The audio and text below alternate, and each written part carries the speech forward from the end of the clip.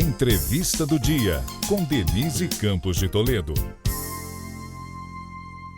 Vamos falar agora sobre a situação das contas públicas, impactos da pandemia, ajuste fiscal e agenda de reformas. Eu converso com o Felipe Salto, que é diretor executivo da IFE, a Instituição Fiscal Independente.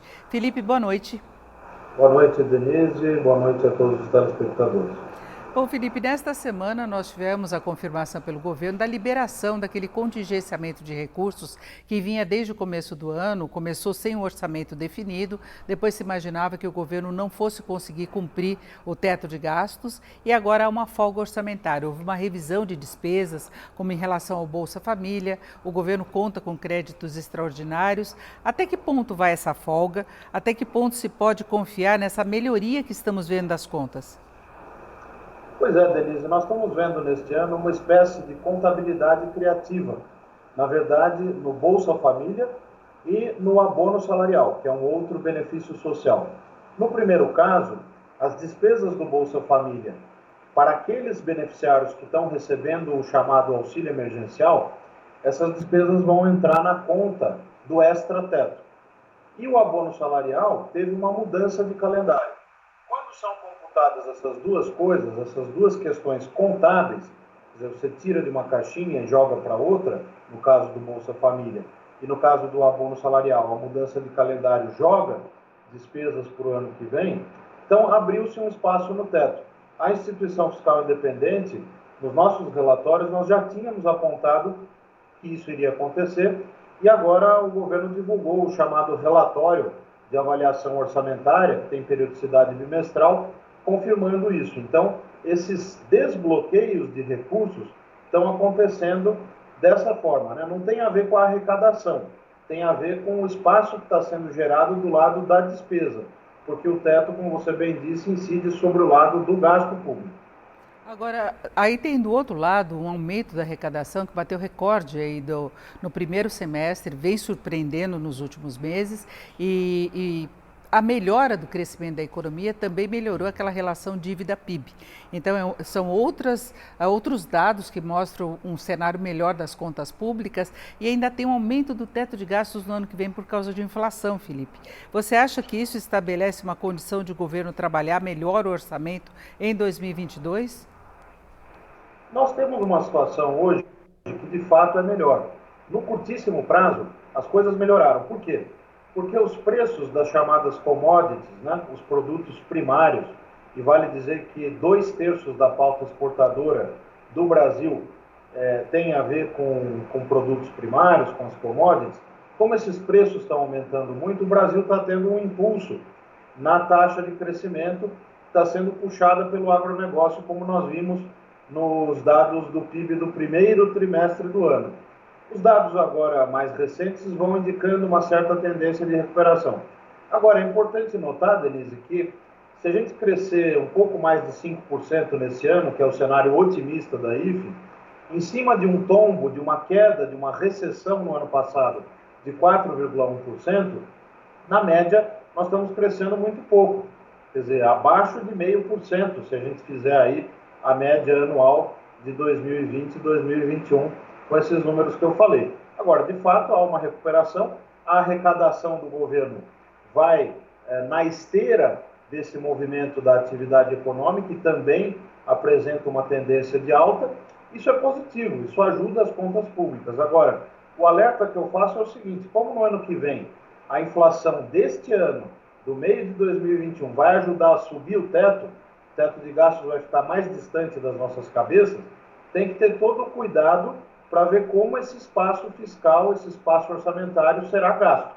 Porque a sanha para fazer reajustes salariais, despesas que não estão relacionadas com o combate à pobreza, por exemplo, vai estar muito presente. Já está presente, como nós estamos vendo aí nessa discussão do teto de gastos, da folga do teto para 2022.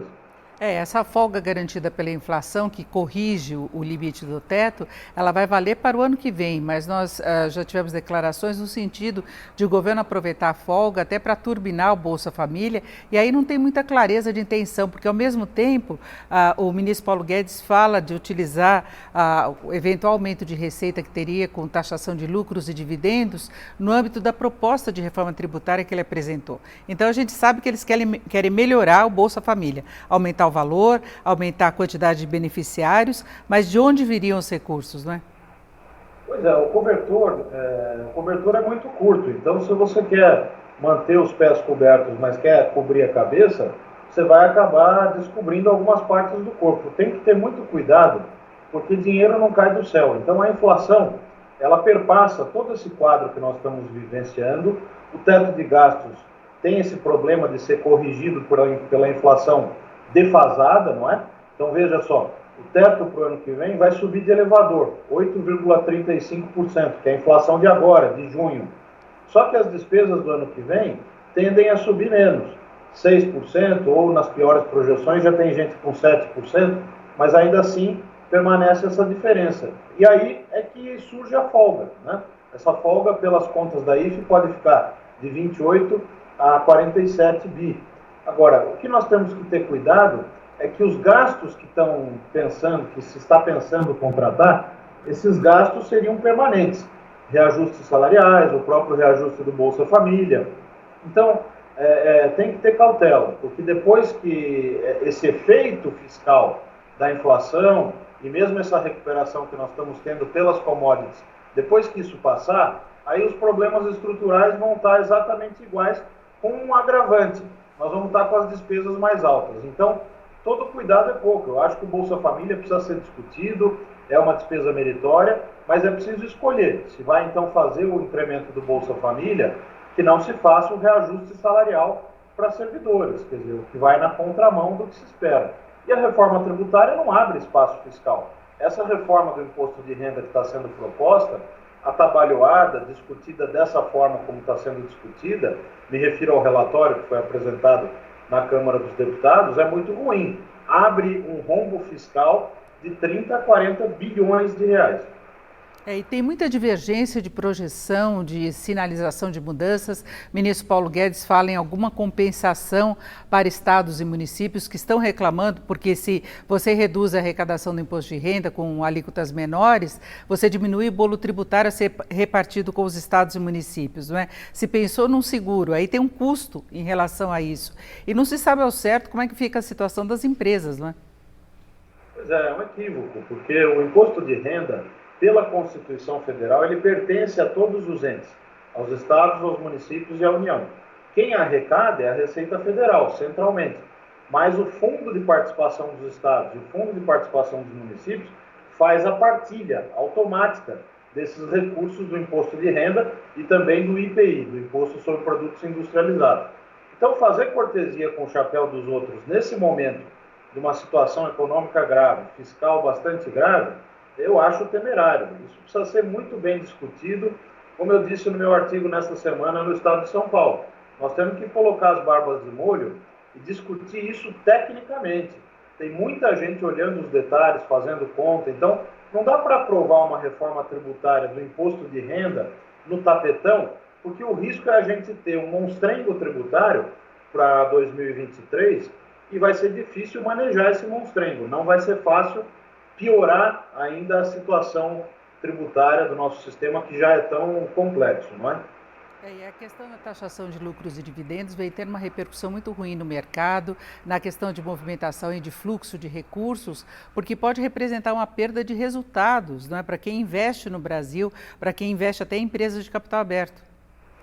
Pois é, se for bem feita, eu pessoalmente sou favorável à tributação de lucros e dividendos. Nós já tivemos no passado, até os anos 90. Agora, tem que calibrar o imposto de renda pessoa jurídica, que é o que o governo inicialmente tinha feito na proposta enviada ao Legislativo, o projeto de lei número 2.337. Só que, na Câmara, já propuseram uma redução muito maior da alíquota do imposto de renda pessoa jurídica, que incide sobre as empresas, mas a alíquota dos lucros e dividendos continuou em 20%. na proposta. Então a conta não vai fechar. Tem que ter muito cuidado para não produzir um desfalque nas contas, quer dizer, um rombo fiscal que depois vai acabar tendo que ser coberto com o aumento da dívida, com outras medidas na arrecadação ou mesmo mexidas do lado das despesas. Isso é uma sintonia fina que precisa ser feita e que, a meu ver, ainda não está sendo feita, infelizmente. E é bom lembrar que, mesmo com essa melhoria das contas que nós estávamos falando, o rombo previsto para este ano pela equipe econômica está em 155,4 bilhões de reais. É o déficit primário, é um saldo muito negativo e a gente não vê esforço em se virar o sinal e passar a ser positivo, não é, Felipe? Pois é, nas nossas projeções, esse déficit primário, né, que não inclui as contas de juros da dívida, ele deve se transformar num superávit apenas em 2025. As nossas projeções melhoraram em razão desse aumento do PIB, né, guiado também pela inflação, uma série de fatores. Mas tudo isso é muito instável.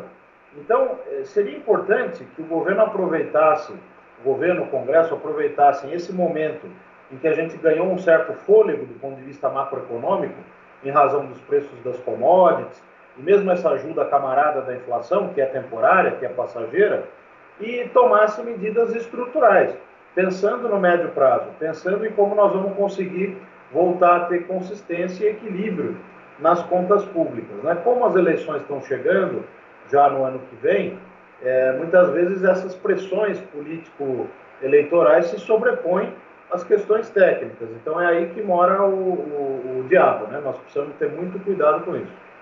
Pode haver, inclusive, mais aumento de gastos, mais despesas com essa finalidade, né? Exatamente.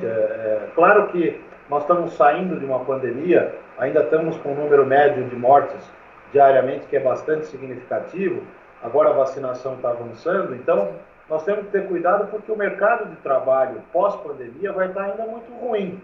A nossa projeção é que para o ano que vem a taxa de desemprego ainda vai estar na faixa de 14%. Um pouco abaixo de 14%, que é muito alta. Então, aqueles que têm um emprego precário, estão no mercado informal ou mesmo no mercado formal, vão ter dificuldades para se recolocar, como já estão tendo, não é? E o Estado tem o dever de entrar com políticas públicas que sejam bem feitas. Temos que fechar por aqui. Felipe Salto, que é diretor executivo da IFE, muito obrigado. Essa foi a entrevista do dia para o podcast do Jornal da Gazeta.